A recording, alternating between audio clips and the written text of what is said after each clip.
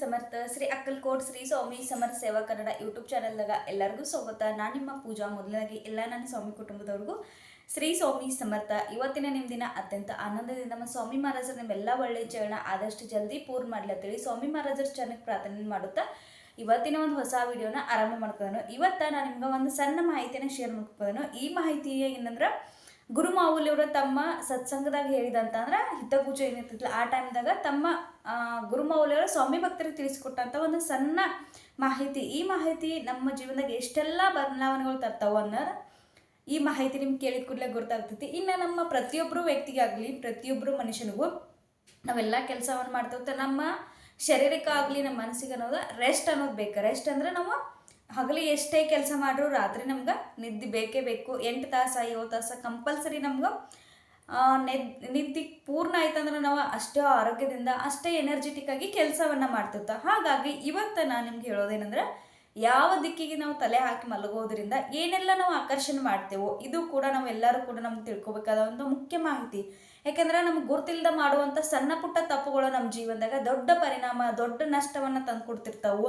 ದೊಡ್ಡ ಮಟ್ಟದ ಅನಾರೋಗ್ಯ ಆಗಲಿ ಚಿಂತೆ ಆಗಲಿ ಭಯ ಆಗಲಿ ಇದನ್ನೆಲ್ಲ ನಾವು ನಮ್ಗೆ ಗುರ್ತಿಲ್ದನ ಮಾಡುವಂಥ ಸಣ್ಣ ತಪ್ಪುಗಳಿಂದ ನಾವು ಅದನ್ನು ಅನುಭವಿಸ್ಬೇಕಾಗಿರ್ತೈತಿ. ಮೊದಲನೇದಾಗಿ ನೋಡ್ರಿ, ನಮ್ಮ ಮನುಷ್ಯರಿಗೆ ನಾವು ಧರ್ಮಶಾಸ್ತ್ರದ ಪ್ರಕಾರ ಅಥವಾ ನಮ್ಮ ವಾಸ್ತು ಪ್ರಕಾರ ನಾವು ಯಾವುದೇ ಒಂದು ಮನೆ ಕಟ್ಟಲಿ, ಪ್ಲಾಟ್ ತಗೊಳ್ಳಿ, ಒಂದು ಜಾಗ ತಗೊಳ್ಳಿ, ಹೊಲ ತಗೊಳ್ಳಿ, ಎಲ್ಲ ತಗೋಬೇಕಾದ್ರೂ ಫಸ್ಟ್ ಎಲ್ಲ ಯಾವ್ಯಾವ ದಿಕ್ಕಿಗೆ ಎಲ್ಲ ಕರೆಕ್ಟ್ ಐತಿ ಇಲ್ಲ ನೋಡ್ಕೊಂಡ ನೆಕ್ಸ್ಟ್ ಮುಂದಿನ ಹೆಜ್ಜೆನೇ ಇಡ್ತಿರ್ತೇವೆ. ಫಸ್ಟ್ ಅದನ್ನೆಲ್ಲ ನೋಡ್ಕೊಂಡ ನಾವೊಂದು ಹೊಸ ಮನೆ ಕಟ್ಟಬೇಕಾದ್ರೆ ಏನು ಮಾಡಬೇಕು ಅಂದ್ರೆ ಯಾವುದೇ ಒಂದು ವಸ್ತು ತಂದಿಡ್ಬೇಕಂದ್ರೆ ಆಯಾ ದಿಕ್ಕಿಗೆ ತಂದ ಆ ದಿಕ್ಕ ಪ್ರಕಾರ ಅದನ್ನು ನಾವು ನಿಯೋಜನೆ ಮಾಡ್ತೇವೆ. ಕಿಚನ್ ಆಗಲಿ, ನಮ್ಮ ಮನೆಯಾಗಿನ ಹಾಲ್ ಆಗಲಿ ಅಥವಾ ಕಪಾಡ್ ಆಗಲಿ, ಈ ರೀತಿ ನಾವೆಲ್ಲರೂ ಕೂಡ ಯಾಕಂದ್ರೆ ಅಷ್ಟು ನಮಗೆ ಅದರ ಪರಿಣಾಮ ಅದರ ಅನುಕೂಲ ಕೂಡ ನಮಗೆ ಗೊತ್ತಿರ್ತಾವೆ. ಹಾಗಾಗಿ ಇವತ್ತು ನಾವು ನಿದ್ದೆ ಮಾಡುವಾಗ ಅಥವಾ ರಾತ್ರಿ ಮಲ್ಕುವಾಗ ಯಾವ ಕಡೆ ತಲೆ ಹಾಕಿ ಮಲಗಬೇಕು, ಯಾವ ಕಡೆಯಿಂದ ತಲೆ ಹಾಕಿ ಮಲಗೋದ್ರಿಂದ ಏನೆಲ್ಲ ಲಾಭಗಳು, ಯಾವ ಕಡೆ ತಲೆ ಹಾಕಿ ಮಲಗೋದ್ರಿಂದ ಏನೆಲ್ಲ ನಷ್ಟಗಳು ಆಗ್ತಾವೆ ಹೇಳ್ತೇನೆ. ಮೊದಲನೇದಾಗಿ ನಿದ್ದೆ ಮಾಡುವಾಗ ಕೆಲವೊಂದು ನಿಯಮಗಳಿದಾವೆ. ಆ ನಿಯಮಗಳು ನಾನು ಕೂಡ ಪಾಲನೆ ಮಾಡ್ತೇನೆ, ನಿಮ್ಗೂ ಕೂಡ ಅದರ ಜೊತೆ ಯೋಚನೆ. ಮೊದಲನೇದಾಗಿ ಯಾವುದೇ ಒಂದು ಹಳೆ ಬಂಗ್ಲೆ ಆಗಲಿ, ಮುರಿದಂಥ ಕಟ್ಟಡ ಎಲ್ಲ ಕೆಲವೊಂದು ಕಟ್ಟಡಗಳು ಮುರಿದು ಬಿದ್ದಿರ್ತಾವೆ, ಹಾಳಾಗಿರ್ತಾವೆ, ಹಾಳು ಬಂಗ್ಲೆ ಈ ರೀತಿ ಕರಿತಾವೆ. ಅಂಥ ಬಂಗ್ಲೆ ಅಂಥ ಮನೆಗಳ್ದಾಗ ಒಬ್ಬರ ಯಾವತ್ತೂ ಕೂಡ ಮಲ್ಕೋಬಾರ್ದು. ಯಾಕಂದ್ರೆ ಅಲ್ಲಿ ನಕಾರಾತ್ಮಕ ಊರ್ಜಾ ಅನ್ನೋದು ಜಾಸ್ತಿ ಪ್ರಮಾಣದಲ್ಲಿ ಇರ್ತೈತಿ. ಅದನ್ನು ನಮ್ಮ ಜೀವನದಾಗ ನಮ್ಮೆಗದ ಪರಿಣಾಮ ನಮ್ಮ ಆರೋಗ್ಯದಾಗ ಅದರ ಪರಿಣಾಮ ಬೀಳ್ತೈತಿ. ಇನ್ನು ದೇವಸ್ಥಾನ ಸ್ಮಶಾನದಾಗ ಇವತ್ತು ಕೂಡ ಮಲ್ಕೋಬಾರ್ದು. ಅಲ್ಲಿ ತನ್ನದೇ ಆದ ಒಂದು ಊರ್ಜಾ ಇರ್ತೈತಿ. ಆ ಊರ್ಜೆಯನ್ನು ಸಹಿಸುವಂಥ ಶಕ್ತಿ ನಮ್ಮಲ್ಲೇ ಇರೋಲ್ಲ. ಹಾಗಾಗಿ ಇನ್ನು ನಿರುದ್ಯೋಗಿ ಅಂದ್ರೆ ನಮ್ಮ ಉತ್ತಮ ಆರೋಗ್ಯಕರ ಶರೀರ ಬೇಕಂದ್ರೆ ನಾವೆಲ್ಲರೂ ಕೂಡ ಬ್ರಾಹ್ಮಿ ಮುಹೂರ್ತದಾಗ ಇರ್ಬೇಕು. 4 ಗಂಟೆಗೆ 3 ಗಂಟೆಗೆ ಇಲ್ಲ, ನಾವು 6 ಗಂಟೆ ಒಳಗೆ ಹೇಳ್ರಿ. ನೀವು 6 ಗಂಟೆ ಅಂದ್ರೆ 5 ಗಂಟೆದಿಂದ ನನ್ನ ಪ್ರತಿದಿನ ಸ್ಟಾರ್ಟ್ ಆಗೋದು ಶಾರ್ಟ್ ವಿಡಿಯೋಗಳ ಜೊತೆ ನಿಮ್ಮ ಜೊತೆ ಶೇರ್ ಮಾಡ್ಕೊಂಡು ನಾನು ಪ್ರತಿದಿನ ಸ್ಟಾರ್ಟ್ ಆಗೋದು 5 ಗಂಟೆಗೆ. ಒಂದು 21 ದಿನ ಇದನ್ನು ನೀವು ರೂಢಿ ಮಾಡ್ಕೊಂಡ್ರೆ ಅಂದ್ರೆ 5 ಗಂಟೆಗೆ ಎದ್ದು ಅಂದ್ರೆ ನಮಗೋಸ್ಕರ ನಮ್ಗೆ ಟೈಮ್ ಸಿಗ್ತೈತಿ.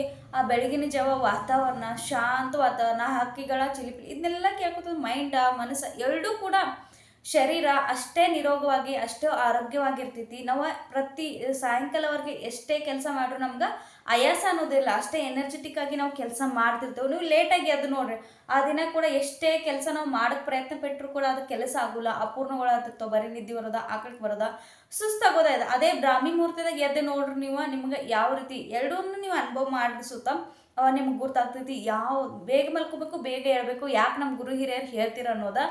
ಇನ್ನು ನಾವು ರಾತ್ರಿ ಮಲ್ಕೋವಾಗ ಹೊರಗದ ಹೋಗ್ಬಾರ್ದು. ಆನಂತರ ಕೈಕಾಲ ರೆಸ್ಟ್ ಹೋಗಿ ಬಂದಾಗ ಕಾಲೆಲ್ಲ ಹಸಿ ಇರ್ತಾವೆ, ಅದನ್ನೆಲ್ಲ ಒರೆಸ್ಕೊಲ್ಲ ಹಂಗೆ ಡೈರೆಕ್ಟ್ ಬಂದು ಬೆಡ್ ಮ್ಯಾಗ ಹಸಿ ಮ್ಯಾಗ ಮಲ್ಕೋತೇವೆ. ಇದರಿಂದ ಏನಾಗ್ತೈತಿ ಅಂದ್ರೆ ನಮ್ಮ ಜೀವನದಾಗ ನಾವು ದಾರಿದ್ರ್ಯ ಕಷ್ಟವನ್ನು ನಾವೇ ಆಕರ್ಷಣೆ ಮಾಡ್ದಂಗೆ ಆಗ್ತೈತಿ. ಹಾಗಾಗಿ ಆದಷ್ಟು ಸ್ವಚ್ಛ ಕೈಗಳನ್ನ ಇಟ್ಕೊಂಡು ನಾವು ಮಲ್ಕೋಬೇಕು. ಯಾವುದ್ರೆ ರಾತ್ರಿ ಒಂದು ಕಾಟ ಮ್ಯಾಗ ಕೂತು ಊಟ ಮಾಡಿ ಅಲ್ಲೇ ಪ್ಲೇಟ್ ಸರ್ಚ್ ಅಲ್ಲೇ ಮಲ್ಕೋತೇವೆ, ಈ ರೀತಿ ಮಾಡಬಾರ್ದು. ಇದರಿಂದ ಏನಾಗ್ತೈತಿ ನಾವೇ ನಮ್ಮ ಜೀವನದಾಗ ಒಂದು ಕಷ್ಟವನ್ನು ತರ್ಕೊಂಡಾಗ ಕಷ್ಟವನ್ನಾಗ ನಿಮಂತ್ರಣ ಕೊಟ್ಟಂಗೆ ಆಗ್ತೈತಿ. ಇನ್ನು ನಾವು ಮುಸ್ರಿ ಏನೇ ಊಟ ಮಾಡಿ ರಾತ್ರಿ ನೀರು ಕೊಡೋದು ಮಲ್ಕೋಬೇಕು. ನಾವು ರೂಢಿ ಇರ್ತೀವಿ, ನಾವು ಊಟ ಆದ್ಮೇಲೆ ಏನೋ ಒಂದು ಸಣ್ಣ ತಿನ್ನೋದು ಏನೋ ಇರಲಿ ಆದರೆ ನೀರು ಕೊಡೋದು ಮಲ್ಕೋಬೇಕು. ಇನ್ನು ಯಾವ್ಯಾವ ದಿಕ್ಕಿಗೆ ತಲೆ ಹಾಕಿ ಮಲಗೋದ್ರಿಂದ ಏನಾಗ್ತೈತಿ, ಪೂರ್ವಕ್ಕೆ ನಾವು ತಲೆ ಹಾಕಿ ಮಲಗೋದ್ರಿಂದ ವಿದ್ಯಾಪ್ರಾಪ್ತಿ ಶಿಕ್ಷಣದಾಗ ಪ್ರಗತಿ ಆಗ್ತೈತಿ. ಯಾಕಂದ್ರೆ ನಮ್ಮ ಮಕ್ಕಳಿಗೆ ನಮ್ಮ ಯಾರೇ ಕಾಂಪಿಟೇಟಿವ್ ಎಕ್ಸಾಂಪಲ್ ಗೊತ್ತಿಲ್ಲ, ನಮ್ಮ ಮನ್ಯಾಗ ಕಾಲೇಜ್ ಹುಡುಗರು ಇರಲಿ ಯಾರೇ ಇರಲಿ ಅವ್ರು ವಿದ್ಯಾಭ್ಯಾಸ ಮಾಡ್ಕದಾರ, ವಿದ್ಯಾಭ್ಯಾಸ ಕಂಟಿನ್ಯೂ ಮಾಡ್ಕದಾರ ಅಂದ್ರೆ ಅವ್ರೇನಿಗೆ ಹೇಳಿ ಪೂರ್ವ ಕಡೆ ತಲೆ ಹಾಕಿ ಮಲ್ಕೋ, ಅವ್ರು ಪಟ್ಟಂತ ಅವ್ರು ಓದಿದಂಥ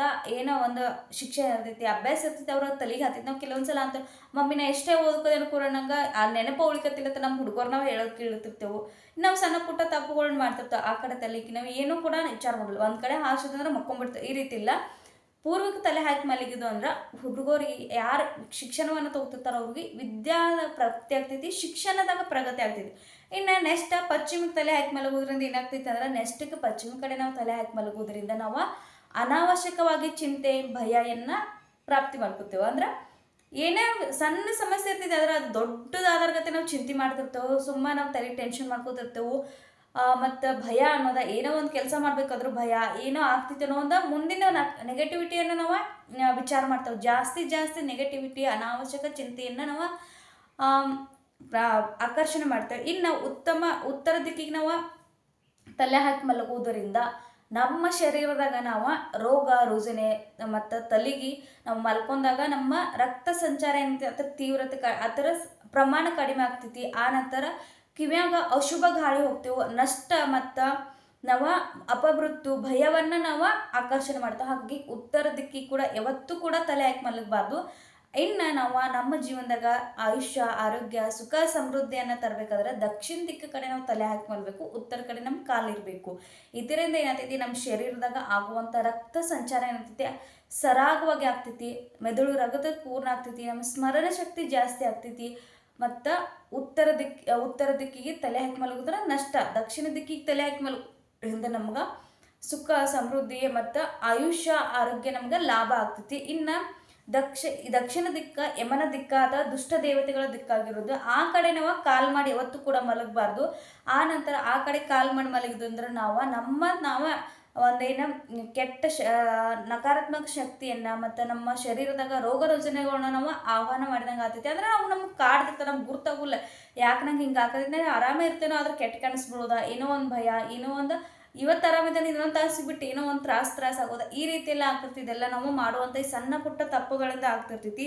ಅಶುಭ ವಾರ್ತೆಗಳು ಕೇಳೋದಾಗ್ಲಿ ಈ ರೀತಿ ಆಗ್ತೈತಿ. ದಕ್ಷಿಣ ದಿಕ್ಕು ಅನ್ನೋದು ದುಷ್ಟ ದೇವತೆಗಳ ಯಮನ ದಿಕ್ಕಾಗಿರೋದು, ಆ ಕಡೆ ನಾವು ಕಾಲ್ ಮಾಡಿ ಮಲಗಬಾರ್ದು, ನಮ್ಮ ಕಾಲುಗಳನ್ನು ಆ ಕಡೆ ಮಾಡಿ ಉತ್ತರಕ್ಕೆ ತಲೆ ಮಾಡಿ ಮಲಗಬಾರ್ದು. ದಕ್ಷಿಣ ದಿಕ್ಕ ಕಡೆ ತಲೆ ಮಾಡಿ ಉತ್ತರಕ್ಕೆ ಕಾಲ್ ಮಾಡಿ ಮಲಗೋದ್ರಿಂದ ನಾವೆಲ್ಲ ಮಾಡುವಂಥ ಕೆಲಸದಾಗ ಯಶಸ್ವಿ, ನಮ್ಮ ಮಾಡುವಂಥ ಕೆಲಸ ಏನೇ ಇರಲಿ ನಮ್ಮ ಜೀವನದಾಗ ಯಶಸ್ಸ ಆಯುಷ್ಯ ಆರೋಗ್ಯನ ನಾವು ಪಡ್ಕೋತೇವೋ. ಇದು ಸಾಕ್ಷಾತ್ ಗುರುಮೌಲ್ಯವರು ತಿಳಿಸ್ಕೊಟ್ಟಂಥ ಒಂದು ಮಾಹಿತಿ ಐತಿ, ನಿದ್ದೆಯ ನಿಯಮಗಳು ಕೂಡ ಇದಾವೆ.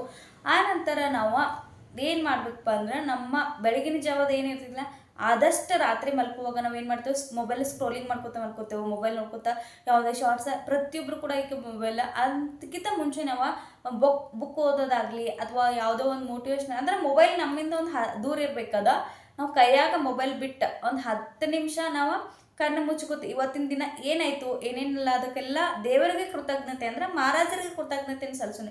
ಇವತ್ತಿನ ಆದಂಥ ಒಂದು ಒಳ್ಳೆ ಘಟನೆಗಳಿಗೆ, ಇವತ್ತಾದಂಥ ಒಂದು ಕೆಲವೊಂದು ಅನುಭವಗಳಿಗೆ ಮಹಾರಾಜ ಪ್ರತಿಯೊಂದಿಗೂ ನಾವು ಒಂದು ಕೃತಜ್ಞತೆಯನ್ನು ಸಲ್ಲಿಸುವಂಥ ಒಂದು ರೂಢಿಯನ್ನು ನಾವು ಮಾಡ್ಕೊಂಡು ಅಂದ್ರೆ ನಮಗಲ್ಲೇ ನಮ್ಗೆ ಪಾಸಿಟಿವ್ ಅನ್ನೋದನ್ನು ಸಿಗ್ತಿರ್ತೈತಿ.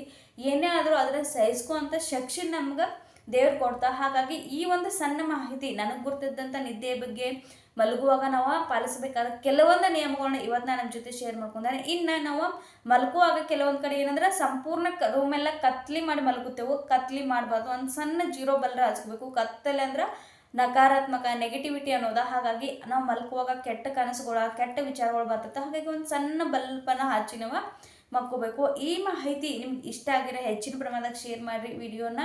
ಮತ್ತು ನಿಮ್ಮ ಕಮೆಂಟ ನಿಮ್ಮ ಲೈಕನ್ನ ಇನ್ನಷ್ಟು ವಿಡಿಯೋಗಳನ್ನ ಇನ್ನಷ್ಟು ನಿಮ್ಮ ಜೊತೆ ಸ್ವಾಮಿ ಸೇವೆ ಬಗ್ಗೆ ನನಗೆ ಗೊತ್ತಿದ್ದಂಥ ಮಾಹಿತಿಯನ್ನು ಶೇರ್ ಮಾಡ್ಕ ಪ್ರೋತ್ಸಾಹ ಅನ್ನೋದು ನಾನು ತಿಳ್ಕೊತೇನೋ. ಈ ಮಾಹಿತಿ ಇಷ್ಟ ಆಗಿರೋ ಶೇರ್ ಮಾಡಿರಿ, ವಿಡಿಯೋನ ಲೈಕ್ ಮಾಡಿರಿ. ಮುಂದಿನ ಹೊಸ ವಿಡಿಯೋ ಜೊತೆ ನಿಮ್ಮ ಮುಂದೆ ಬರ್ತೇನೋ. ಶ್ರೀ ಸ್ವಾಮಿ ಸಮರ್ಥ.